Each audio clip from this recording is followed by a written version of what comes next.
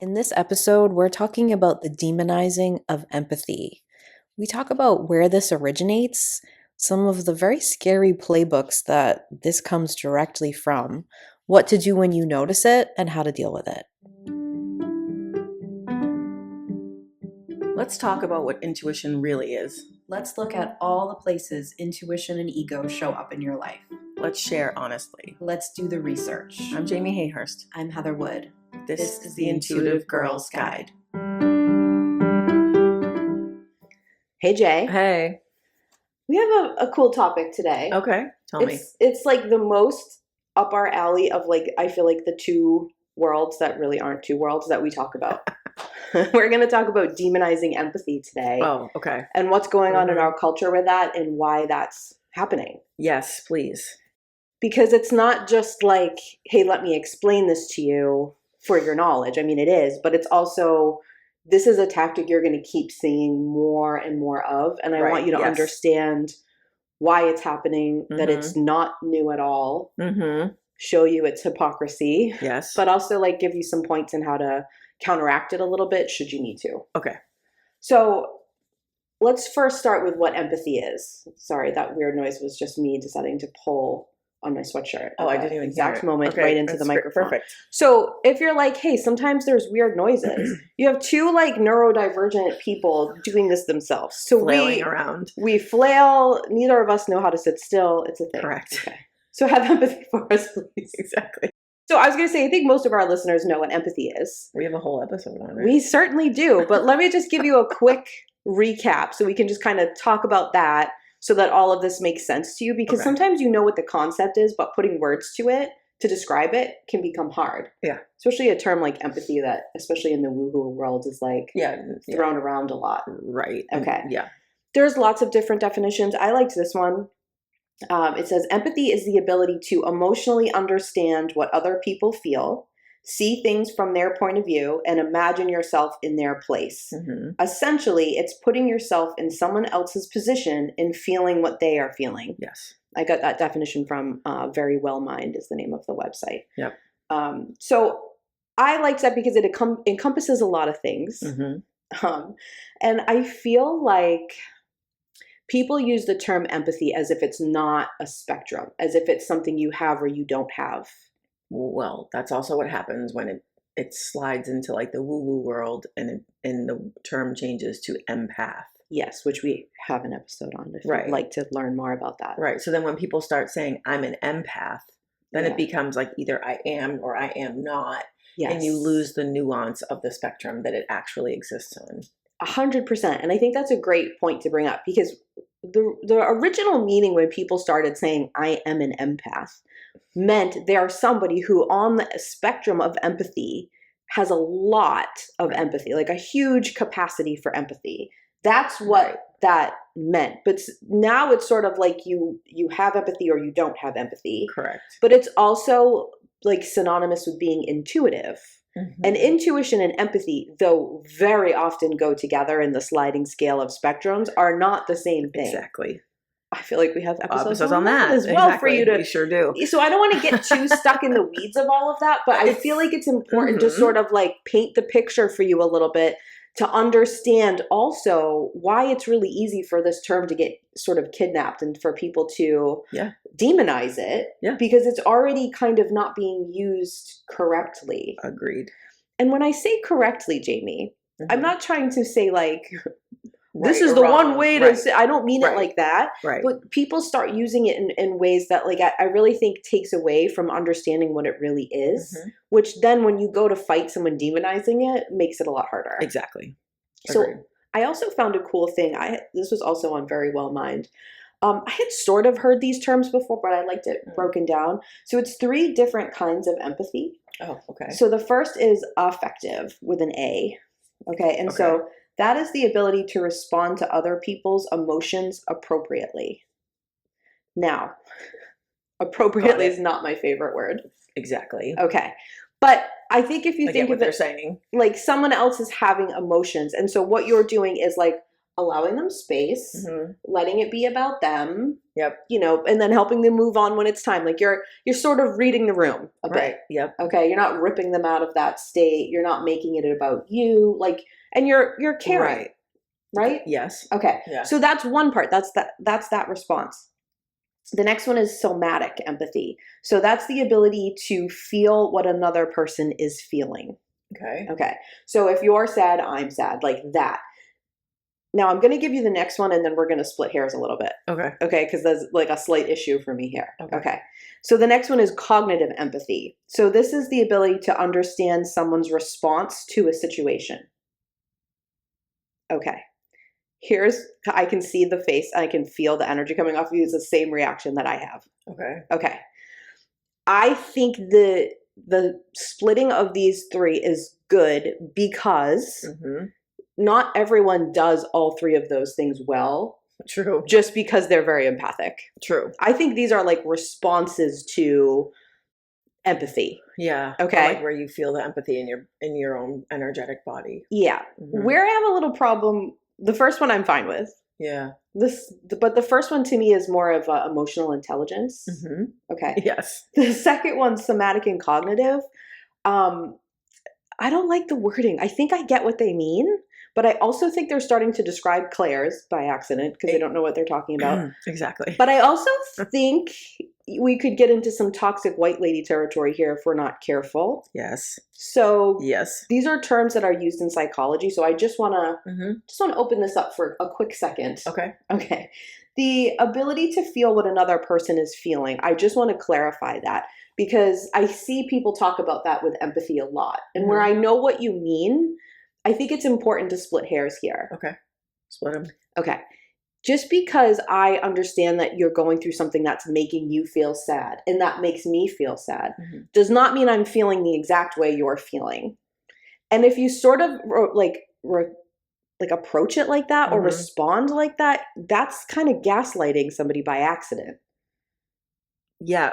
Or it comes across as like incredibly disingenuous. Yes. Like how do you know what I'm feeling? Yes. So you don't. You don't. I can empathize. Right. And I can sympathize. I can try to imagine, yes. And I'm automatically going to imagine it. I don't want to a lot of the times imagine what you're going through and exactly how that feels. But my system does that automatically because I have a large capacity for empathy. Right. But regardless of how well you can imagine that, you don't know what like someone's body and brain is going to do in that situation. Even if you've been in the exact same situation. Correct. Right. I've shouted you out many times for this, but I'm going to do it again. Grief. You're really good at grief and like, especially like you call yourself the president of the Dead Dads Club. I am. But if someone's dad dies, you don't assume you know exactly how they feel just because you've gone through that.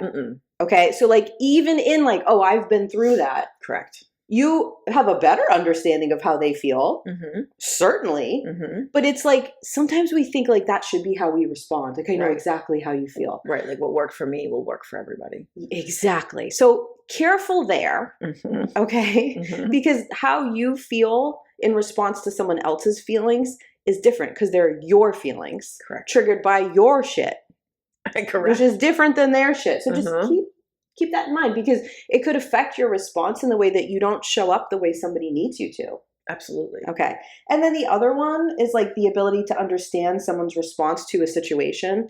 This is where I get like really toxic white lady flags. Yep. Because I've heard us. Yeah. In the rooms. You and I enter the rooms where you learn the things and you're sit and learn and be quiet. We talk about this a lot, right? Yeah. Okay. But when someone like, if let's just say a Black woman is telling me about her experience, and I say, I understand. No, you don't. I might cognitively understand what she's describing, but I do not have that lived experience. It doesn't matter how many classes I attend or books I read or whatever I do. I will absolutely never actually understand that. No. So just be careful here. Correct. Do a good job of understanding that though you have a massive amount of empathy, and some of you can probably pick up emotions from people. You can, like that's very easy. Okay.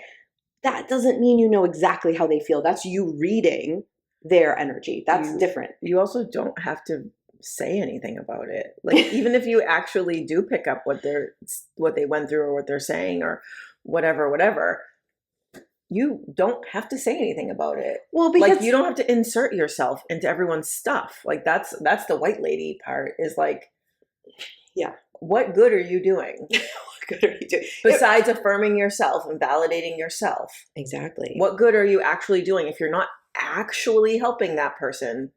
Shut up. Well, that's what we're constantly, as white women, being asked not to do, is centering yourself in every single effing thing that you're doing. And I understand the want to let somebody know that you're listening and you're understanding and you're an ally. I 100% know that feeling in my bones. I get it. All of us white ladies feel that feeling. And there's this trigger. Well, I don't want someone to think that I'm not listening or paying attention, right? Like, we have that. Like, I just went to a seminar and like my face was exhausted because I wanted the instructor to know that I was listening. Right. And like I was being a good listener and I was performing listening. Correct. So that the instructor would feel good about himself. Like, this is what I mean. Like, these are the things that we do. Like, they're ingrained in us, right? But like, there's a line where you have to go like, this is for me. Exactly. This isn't for you. This is so I feel better. Like you think I'm a good person. That's what you have to be aware of. Right. We all feel it. You just have to be more aware and you have to catch it because that is centering yourself. Exactly. Okay. So let's get back to why people are demonizing empathy. But I feel like that's so important because that's why it's so easy for it to be done. Yeah. And why when people start to talk bad about empathy and people who call themselves empathic, I'm like, I get why that's an easy, like low-hanging fruit for you to like pick on. Yes. Because people are behaving like that. Yeah, I agree all the time. So, yeah. So what's going on right now culturally, societally in you like to say the hellscape that we live in? Okay. Truly. What the patriarchy's main weapon right now is, and I'm like hesitating because I don't know if it's their main weapon, but I think it's the one you're about to see a lot. I think it's about to become it. Okay. And this is the demonizing of empathy. And you'll see it referred to as like the sin of empathy. Yes. With like the religious MAGA folks. Which is also, in case you're wondering, that's the evangelicals. Correct. There are others, clearly. But like the people coming up and saying like empathy is a sin, this is not new for the evangelical church. Even if it's like trickled down to like regular folk. Yes. It started there. It's propagated from the evangelical church. And it didn't just start. No. Trust me, we have been on the evangelical watch list for years. I know their playbook. we look into them. We call out people like Doreen Virtue and things who like get sucked into that machine and like we know we watch. Okay. So this is not new. No, but Go ahead. Are you going to say the thing about the TikTok I sent you? Which thing? You say it first. About the dog whistle? Oh, yeah. Go ahead. You said it. No, I was just going to say, I'm like, so I was caught unawares by that. Like, that's what, you can say it however it fits into this episode, but I do think we should talk about it. Go ahead. No, say it. Well, I sent Heather a TikTok that was about, I missed it. Oh, say it first, because I don't actually think you missed it. But go ahead. So it was, I don't remember exactly, but it was like warning people that like when you see a MAGA video or a conservative video, whatever, and they're saying like empathy is bad or empathy is evil. Like, I don't think they actually use the word evil because that's too obvious that you're like, they like to call it religion is one of like the sin of empathy. But they'll say like empathy is woke or empathy is whatever, right? Like, and that's not for us. Yeah. That message is not for the regular people. Yeah. It's actually an internal dog whistle that MAGA or the evangelicals are using to tug the leash of their own people. Right. It's like a reminder of like, hey, empathy's bad. Yeah. All this shit you're seeing around in the world, people being like deported, people losing their rights, people crying about like how upset they are and how they're regretting their votes. Like, hey, we don't feel that empathy. That's a sin. That's bad. Right. And it's like literally like an energetic like yank of the leash to like get back in line. Yes. And I saw it and I was like, oh shit. Because when I see something like that, I'm instantly on like defense of like, what are you trying to sell me? Yeah. You're not coming in. I wonder why you would be on defense, Jamie. Right, exactly. In this climate, in this time. So I'm like, no. Like, what are you trying to sell me? Like, what's the main message here? Like, but I'm seeing it through my eyes, and I wasn't seeing it as like what someone on the inside is hearing from that messaging, and it like shocked me. Yeah. I mean, I still think you caught it before most people are. I mean, catching it, I guess, but like only because of like you, and then you knew that, and then the guy who posted that TikTok. But I was like, whoa. Well, I think the only reason I knew it is because I have like incredible pattern recognition skills. You do, and I noticed the evangelical playbook, right? And it was also, we're going to talk about this in a second, but it was the terminology was really put out there by a minister. Of course. Tweeting on X or whatever stupid platform is called now.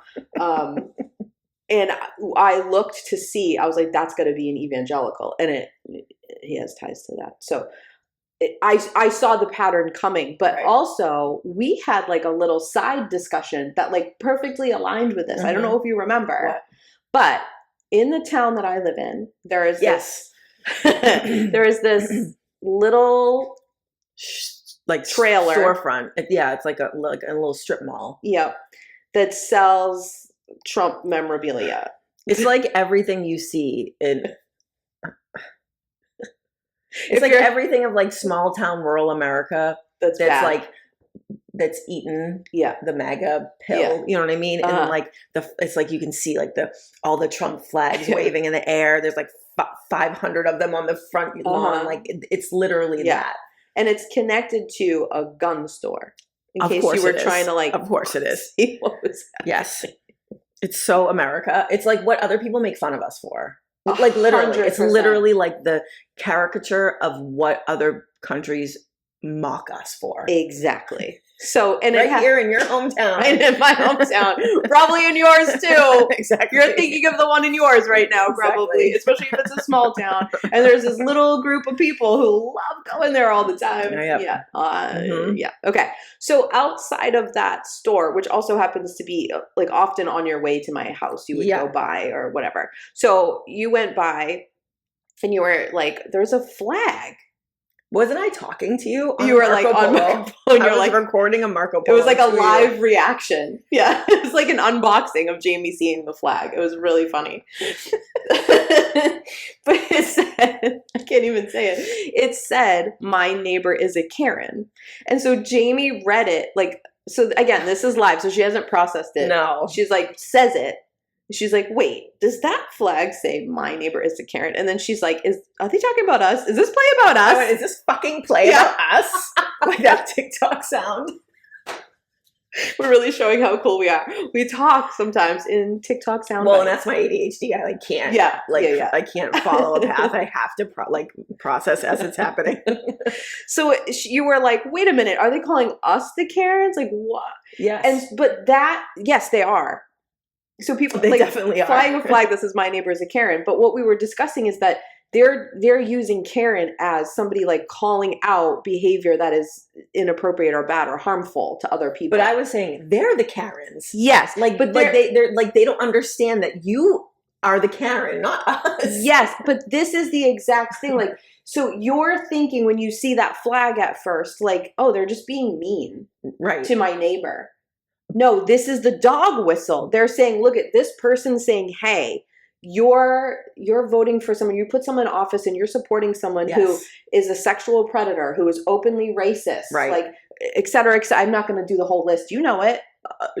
The whole list of who Trump is. And people start to feel empathy and people start to check in with themselves. Right. So they go, "Oh no, she's just a Karen." Right. She's just complaining. Right. When we know the Karen's going and screaming at baristas and things, we know which side of the aisle they're on. Also, put that flag up next to my house. I don't care if this is like a broad message. If you put up a flag that says "My neighbor's a Karen" next to my house, we've got a real internal problem on the street. I feel like the flag you would fly would say "My neighbor is a something" and it's not Karen.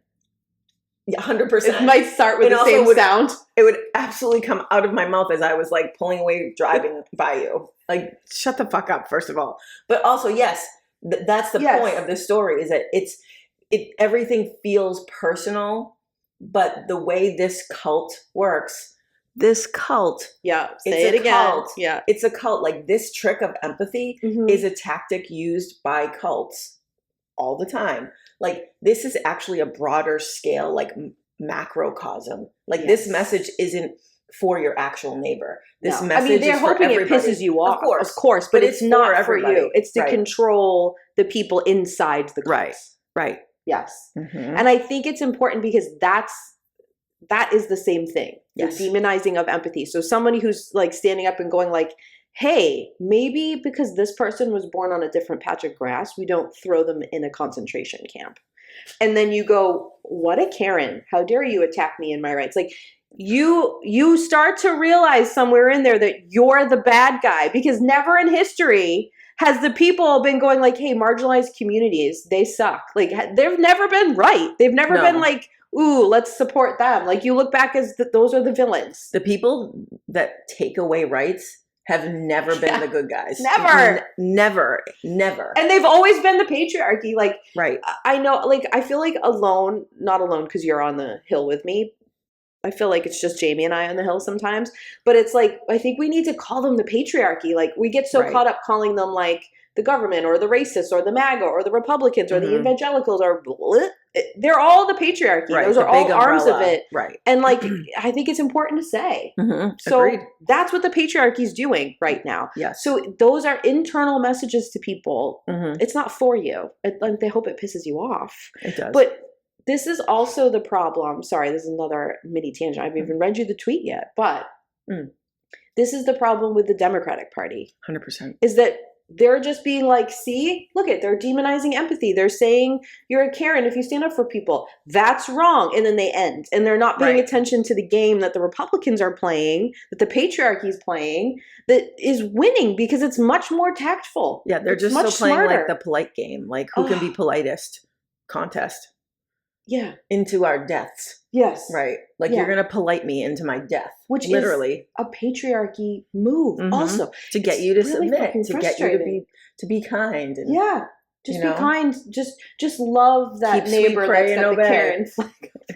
No. Don't. Speak out. Yeah. Fight him in the streets if you have to. I love that idea. Okay. So back to this. The sin of empathy is a tactic used by the evangelical church. That's the terminology, the sin of empathy. Now, if you're somebody who was never raised in religion, or maybe like Jamie and I, you were raised in religion, but it was back in like the 80s and 90s, and there was not really an evangelical influence in religion like there is now in all religion. Right. Fight me again if you want. But that's true. Absolutely. Okay. So that was not a thing you most likely heard if you grew up outside of like evangelical. No, you heard the opposite. Fundamental. Right. You heard like love thy neighbor. I'm pretty sure the golden rule is treat others how you'd want to be treated in every anything, any organization. We have many listeners that I know of. I actually like know of them through social media. Yeah. That listen to this podcast religiously, faithfully, whatever. And they are religious. They're Christian. Fine. And good. And they know exactly what's happening. And you're educated. And perfect. They are very empathetic people. They're like, they would absolutely say that empathy is not a sin. That would go against everything they believe. Of course not. But here's why it's, I mean, I'm selling you on something you already bought. Right. But like, here's why it's so important to talk about. Yeah. Even if you know that, is because this is what's us just going like, that's ridiculous. Right. Empathy is not a sin. They love thy neighbor, the golden rule. Of course, like that's silly. Let's not pay attention. Is that it works and it's working. So this is why we have to really talk about it. Okay. So I just wanted to shout out Tia Levings. She has a Substack. I think you should go follow her on Substack. She has a free and you can pay for it. She's great writing. How do you spell her last name? Levings. Okay. Tia, Tia. Okay. So I read an article that she had about the sin of empathy coming back into politics, and it was really, really good. So I wanted to shout her out. So go check that out. But this is not new. This is evangelical playbook. This is cult playbook. in a lot of the cults we cover, they won't use the term sin of empathy, but you'll see them, like the tactic itself of being like, there's us and we care about people in our cult, and then everyone else outside of it we no longer care about. Like that is that tactic. Okay. Yeah, I mean that's like American. That's the microcosm of like American individualism. Yes. Right. Like we just care about ourselves. We think about ourselves. Yes. You remove yourself from the collective, which is how in pagan times, meaning pre-patriarchy. Yep. That's how societies flourish, is through a collective. That's how we take care of each other. But you can't control people very well like that, right? Nope. So you see, like capitalism falls apart at that. Exactly. So that's why that's not what they want, everybody. So let me read you the tweet. This came out right when Trump was making some big stupid announcement. I don't know. You can look up which one it was. I listen to all of it because I have to, but like they meld in my brain. Mm-hmm. Okay. So this is from Ben Garrett, who is a minister or pastor. I forget the term they use in the evangelical church, but he's one of those. And so it says, do not commit the sin of empathy. This snake is God's enemy and yours too. She hates God and his people. You need to properly hate in response. She is not merely deceived, but is a deceiver. Your eyes shall not pity. So I also just want to... That is so dangerous. Like that is so dangerous. The fuel it gives people to be hateful and mean and violent. In the name of God. In the name of God. It gives you like a free pass to be violent. Like that's dangerous. It's dangerous. And I feel like a really broken record telling you it's not new. But this exact tactic is what they used in the Salem witch trials. It's what they used in the civil rights movement. It's what they used. Hitler uses it. Like, this is not new. This is in the name of God in your religion. The amount of wars, the amount of people who have been killed, and the messaging to make other people other. And all for what, Heather? For a few white men to gain a lot of power and money and wealth and land. Yeah, and more land and more money. Like that's the only outcome here. 100%. There's no other outcome. There's no other. You're being used. I guess you get to go to heaven. I guess is the sell. Like, yeah, well, I don't want to go with those people. No, and like the only outcome that's going to happen here. Is land and money and power. Exactly. So if you're hearing this and you're thinking like, how could people buy this? How could a mother buy into this? I direct you to the fundamentalist church. I direct you to the evangelical church. I direct you to the Mormon church. I direct you to Scientology. I'll just keep going. So I want you to think of all the mothers who have been, I don't want to say tricked, but like manipulated into not ever speaking to their children, cutting them off and leaving them for dead because they don't fit into the religion. So they're saying cut off and kill your empathy. Your empathy is the thing that's hurting you and it's hurting that person and you're both going to go to hell if you care. That happens every mother fucking day. In these organizations. 100%. And it's coming for the main culture now. It's coming to you through your politics now. Yeah. So it's through so media, incredibly important to go like, wait a minute, what are they demonizing here? Right. Why are they doing that? And like you said, to benefit a very small amount of people. Right. And who are they targeting, might you ask? Women is the answer to that. Okay. Well, right, because we're the most empathetic naturally. Yes, for many reasons that we have many episodes Intuitive, about. Yeah, right. I mean, in our culture, women are the only ones allowed to be empathic. Men are incredibly empathic too. We just raise them to not show it and not understand it. Right. Exactly. Okay.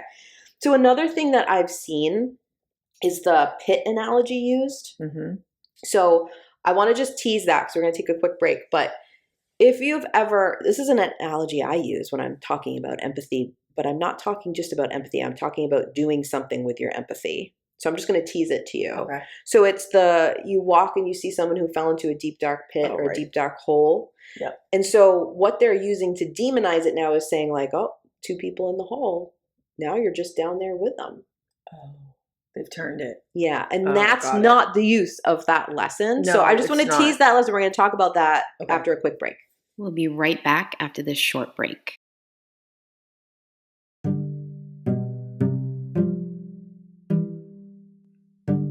You know what goes great with podcast listening? A great cup of coffee from a great coffee shop. Yep, beans roasted in-house, amazing baristas. You know where I'm talking about. Restoration Coffee. Can we go? Yes, I need an Americano and maybe a panini too. Ooh, I need blueberry maple latte and probably a resto bowl. Ooh, yeah. Check them out and visit restoration-coffee.com. Let's talk about what we're obsessed with this week.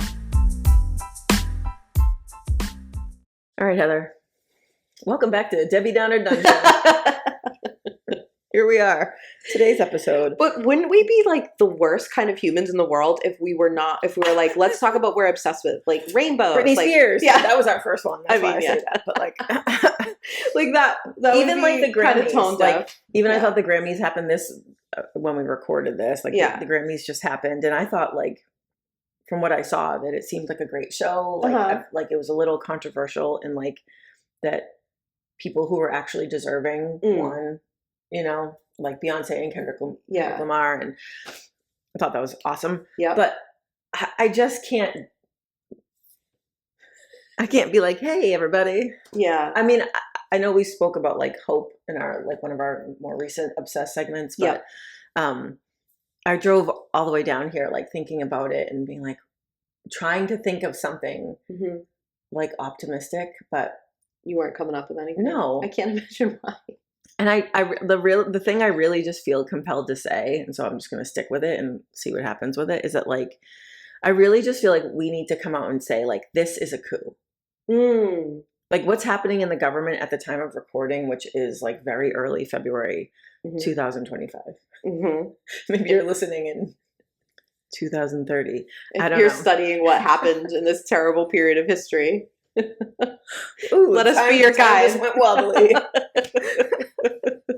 Jamie just got tripped out over time, and she hates getting tripped out over time. So I just have to call that out. Yeah. Okay. So time is a circle. Exactly. I mean, what's happening is a coup. Yeah. And I think we need to just say it. And I think like you and I have been sort of like the bell ringer in certain ways over the past like 5 years that we've been doing this. And I see like people tiptoeing around it and talking like on the fringes about it. But like, you know, January 6th was an attempted coup, like a physical, literal, violent coup. This is a very good point. That we see in like, you know, history books, or we hear in history It's class. easier to point at that and call it that. Yes. But like, this is what people are now calling like a quiet coup. Yeah. But this actually feels to me like a modern coup. Like if you're in the year, 2025. Yeah. How is it actually easiest to take over a government? Right. You do it digitally. Of course. You get stupid Elon Musk and his team of merry dorks. Fascists. And they go and infiltrate the government. You like that? Merry dorks. I on the fly. Yeah, they are fascists. We should say that. We but merry dorks is even fascist funnier. Dorks. Merry fascist dorks. Yeah.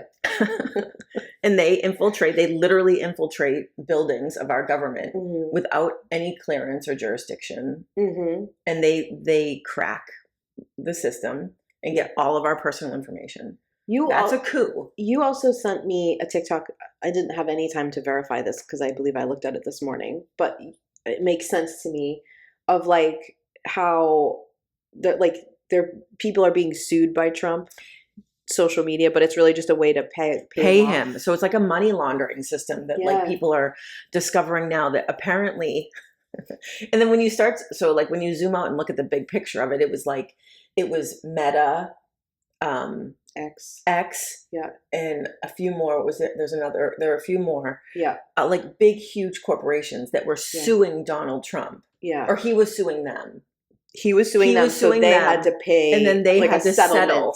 Yeah, so they had settlements of like $15 million, $50 million, and as I was watching it, it was nearing like $100 million Yeah. of what these settlements were going to be. Yeah.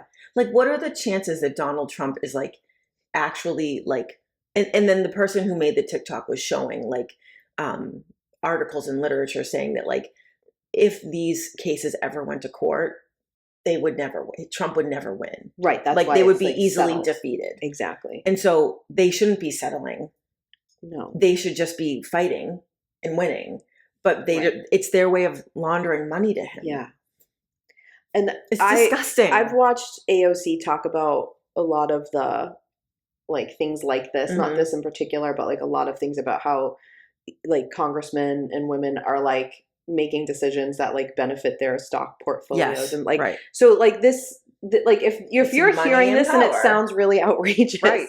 It's not. No, it's not. It's absolutely not. I mean, the way your politicians get elected is by getting in bed with big companies who Correct. fund their campaigns. Right, absolutely. So this like if is you're not new and this No. is not outrageous. No, it's not. But like if you're feeling like this is crazy and you know that like Trump is like doing all of these executive orders and like flashbanging us with all of this crazy like whirlwind of information just to distract us. Yes, he is. It doesn't mean turn away from it because some of it might go through.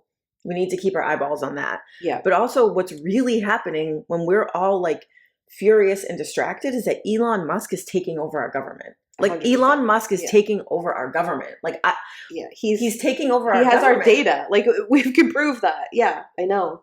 So like I think it's very important. I mean, we always talk about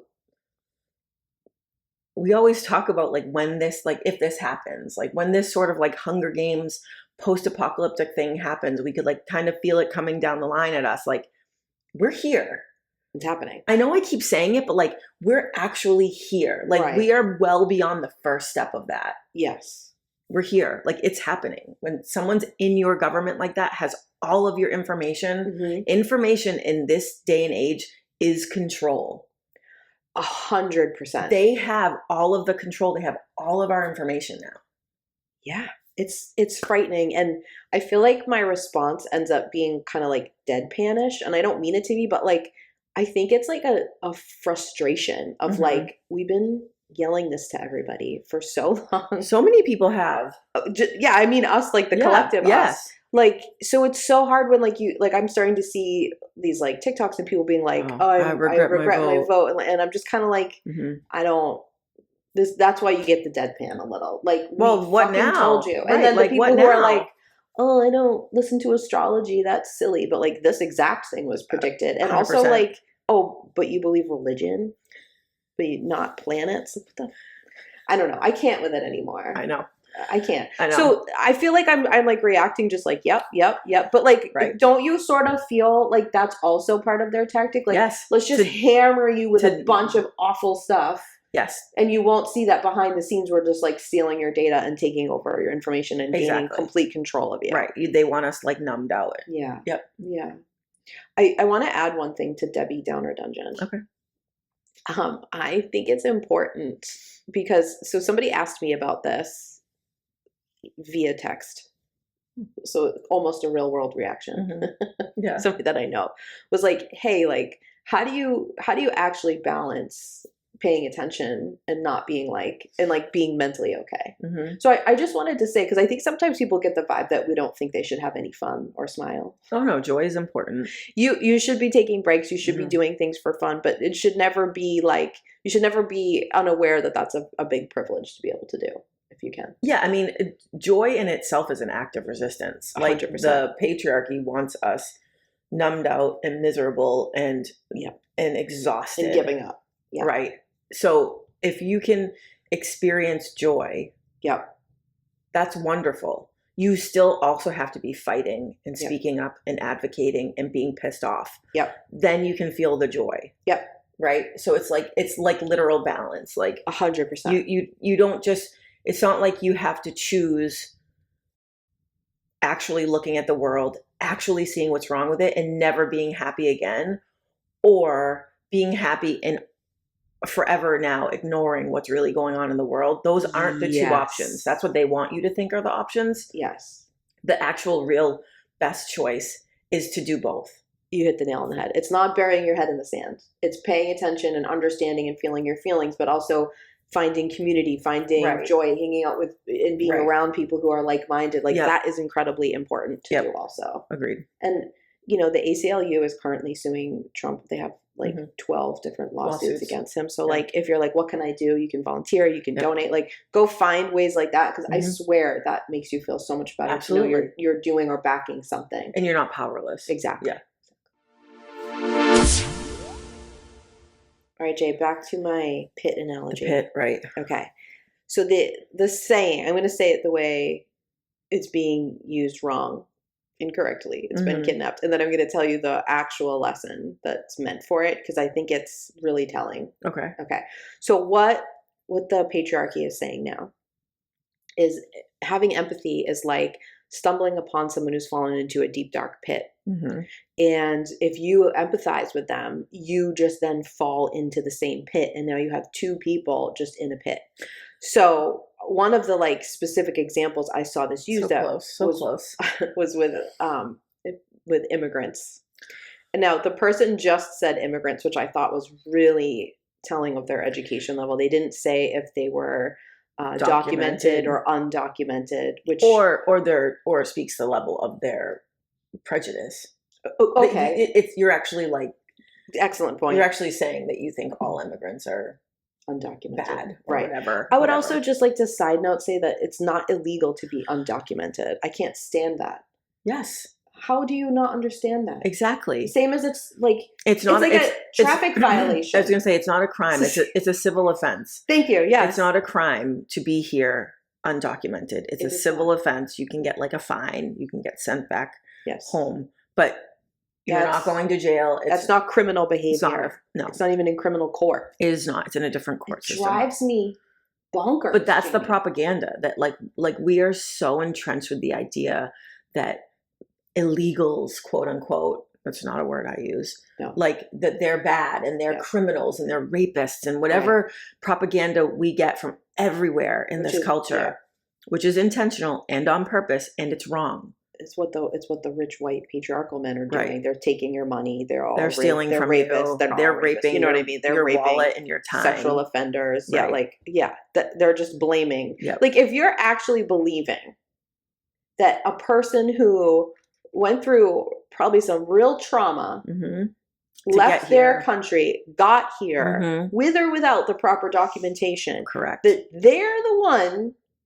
That they're the reason that your egg prices are high or whatever bullshit you're saying. And like, you don't have any money and all this, not the billionaires hoarding all the wealth. Like what is the cognitive dissonance level? Miraculous. I just can't it's with like it. Elite level. Yeah. Okay. Sorry. I digressed us there, but I get really crazy. Okay. So they're saying, again, they just said immigrants in this analogy. You feel bad for this person who's an immigrant and they're a mother and they're taken away from their children and stuff. But like, if you have empathy, then you're just in the pit with them and you're just as bad on society as them. That's what they said. Yikes. Okay. But the real analogy, the real reason behind this story actually has to do with having empathy, but also having boundaries. Exactly. Okay. So the real story is you come across somebody in a deep, dark pit or a deep, dark hole, right? And you see them there. And so the deep, dark hole doesn't represent being a non-white male. It represents a struggle. Yes. So somebody is struggling with something. If you open your empathy up and you just get completely knocked over by their problem and you go in the deep dark pit, you're not going to actually be able to help them, right? Because you're going to also feel that way. So now you yourself need help. Correct. So the analogy is there to say like, stay out of the hole, listen, let a little bit of in, lay down on the ground and throw them a ladder, give them instruction, find them water, like help them get out of the pit.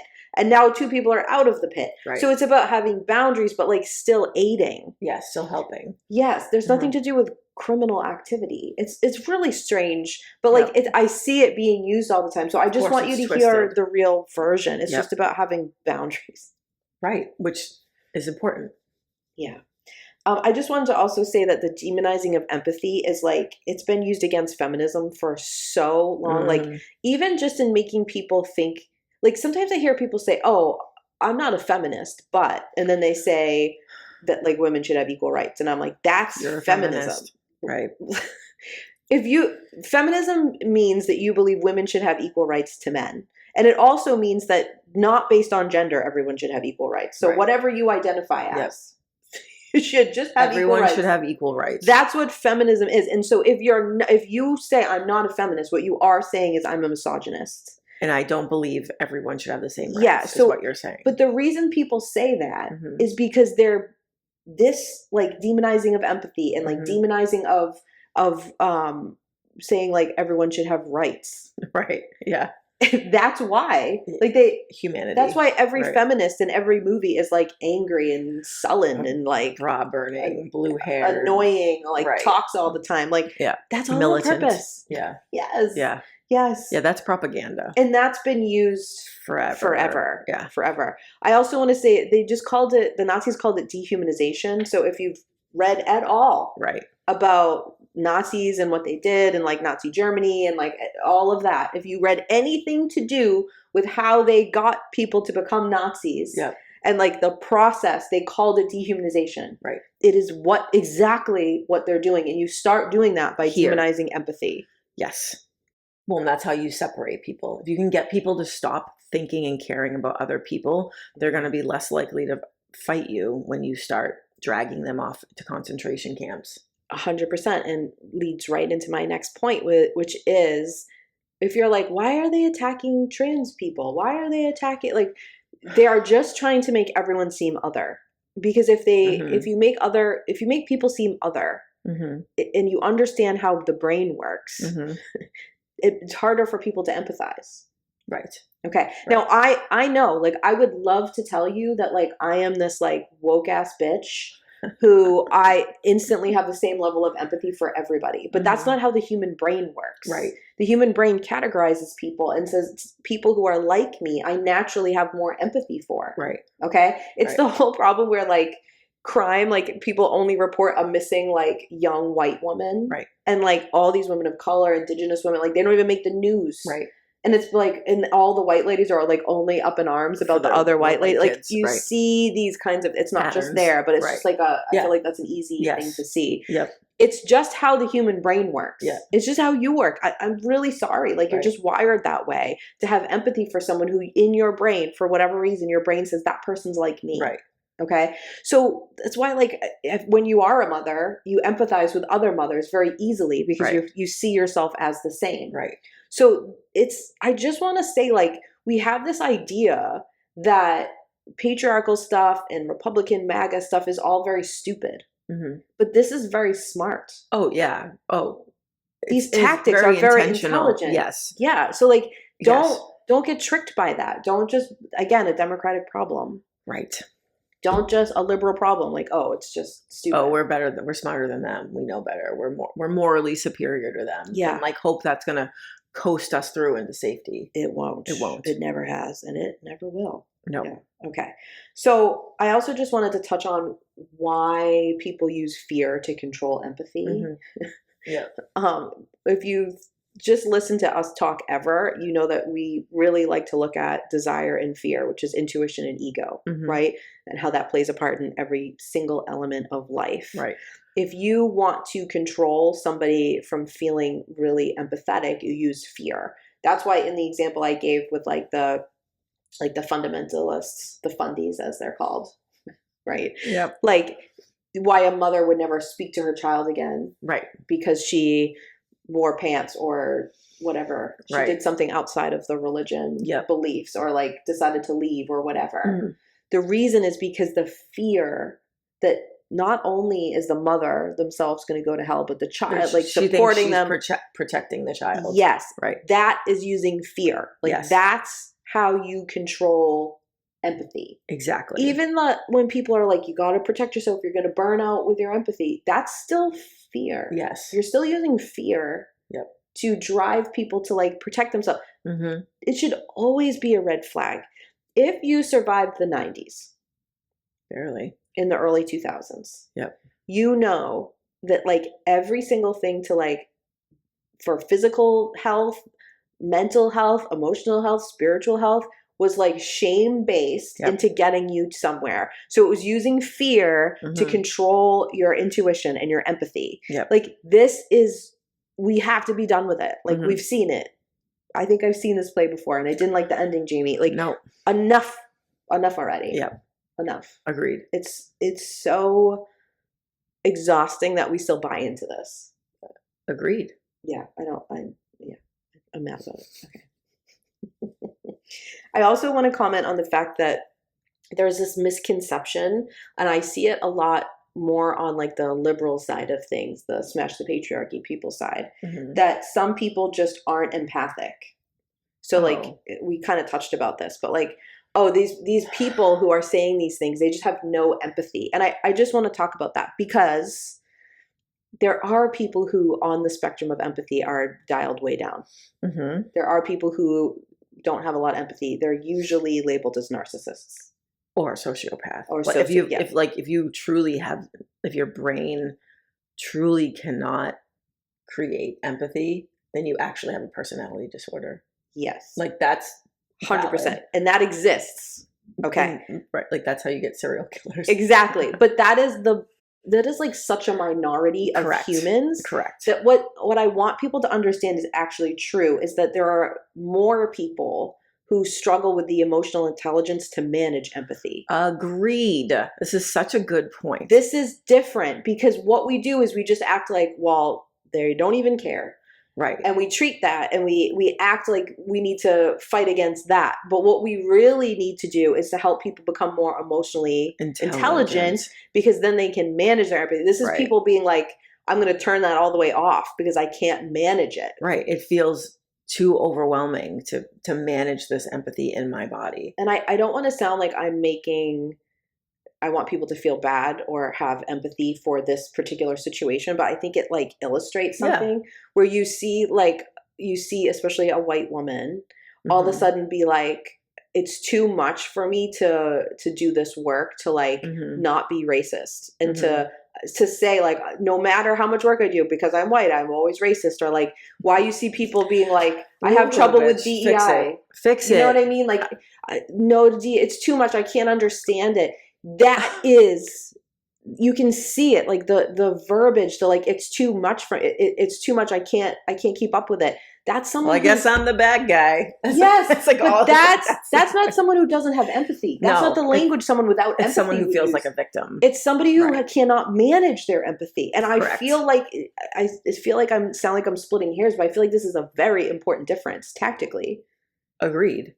So, and the first thing that person should do is go to therapy. Yeah, learn emotional intelligence and learn boundaries. Go to therapy, figure out how to manage your own feelings, and then you'll start being able to manage other people's feelings, and then you'll be able to create some boundaries around those feelings, and then you won't feel like such a victim of everybody else's feelings. And that's what's happening in that situation. 100%. You don't know how to manage your own stuff, and you don't have any ability to do it. But I just want to say, if you don't think that there's going to be a gigantic attack on the field of psychology coming down the pipeline, you're really wrong. I can see the framework being laid for it. So I'm just saying, get a therapist. Welcome to Scientology. Yeah. It's not new. Of course they don't want you emotionally intelligent because then you're going to have access to your empathy. Yeah. And then you're going to be able to manage your own stuff and see through the bullshit. Anybody who's ever left a cult. Something sparked their emotional intelligence back into them. Right. Every hero who's ever done that, they were too emotionally intelligent to be sucked in. Exactly. Or they like woke up enough. Like they don't want that. Right. So that's coming. Okay. Sorry. I'm getting very sassy. Well, we're here. Yeah, I know. We're here. We're in it. We have to say it. We have to acknowledge it. We're in it. Yeah. Okay. I would just like to also say, if you're like, oh my God, what do I do right now? Just when it comes to empathy and it comes to boundaries, the first little step, the thing I teach everybody, I even tell it to little kids, okay? You observe energy, you don't absorb energy. Same with feelings. You observe them in somebody. You don't absorb them. You take them as knowledge. It's the same thing you do with your intuition. The same thing you do if you're reading the energy of someone's dead grandma. You keep it right here in front of you and you observe it and go, okay, I can use that information to now help this person or whatever. Right. whatever you're doing, sell them something. I don't care what you do with it. Right. But just don't take it. You don't pull it into your body and make it yours. Right. That little step will help. Huge. It's a huge step. Okay. But it's little. Easy. Yeah. It's a little step, but it has huge ramifications. Yes. Okay. So I just want to, well, first of all, do you have anything you want to add to all of this? I have a million things to add. Oh, but no, I'm good.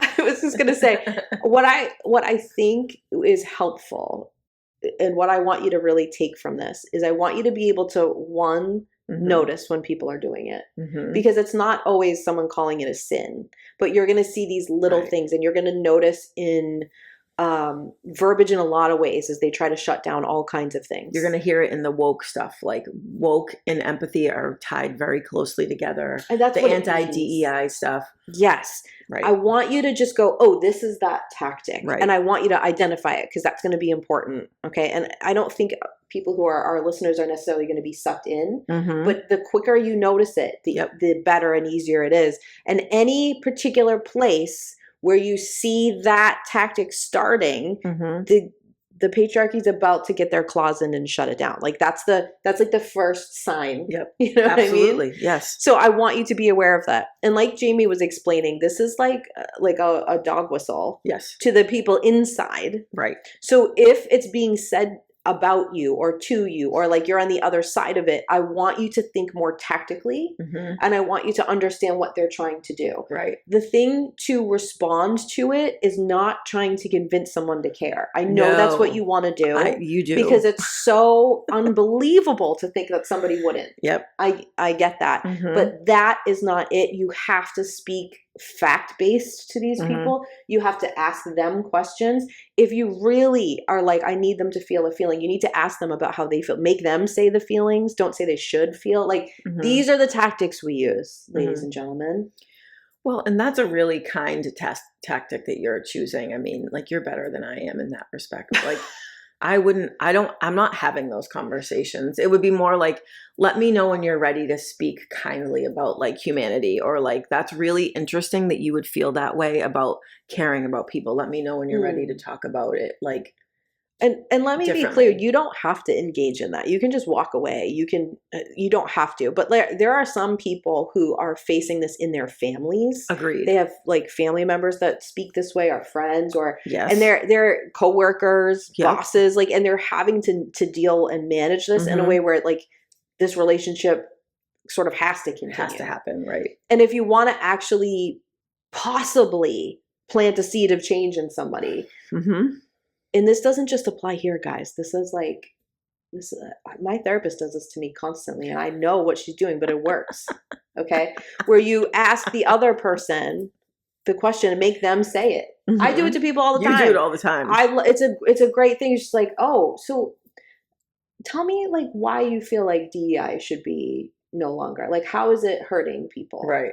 Oh, why do you feel that way? Like, make them say it because they're just using sound bite. Like, because your brain has to think about it and answer the question. Turn it to them, because if you just start yelling or doing that stuff, like, it might feel good. I totally get that. There's no responsibility on you at this point to like change people's minds. That ship has sailed, in my opinion. Right. But like, if you're in that position, that's what actually works. That's what trips people up. That's like the conversational version of making people do Elon Musk's Nazi salute. Yes. Like, if it's fine, not a big deal. Then. You do it. Go to work and do it. Yeah. Put it on your LinkedIn account. Yeah. Like, I'll film you right now and I'll send it to your boss. Right. Yeah. So it's like the conversational version of being like, well, tell me why you think diversity, equity, and inclusion. Don't say DEI. Yes. Make them say the words. Yes. Why I don't think inclusion is important. Tell me why you think that. My favorite on people who are not emotionally intelligent is to say, this seems to be really making you feel afraid. Can you explain to me why you're afraid of diversity, equity, and inclusion? And watch what happens. It's great. You think it would feel better to scream at them or punch them in the face? Try that and tell me how that feels. Just try it. Tell us. Send us a message. Let us know. Whatever tactic works, but try it. Yeah. All right. I think we should go drink coffee and just check the area for anyone demonizing empathy. Dog whistles. All right, let's go.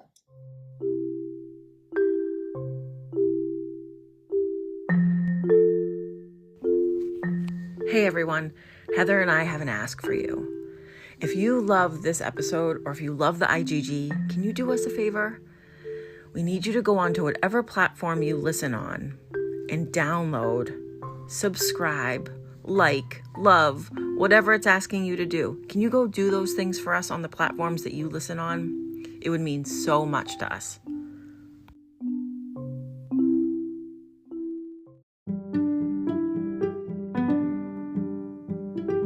Thanks for listening to our episode. For a way to get in touch with us, please visit our website, intuitivegirlsguide.com. We love hearing your feedback on our episodes.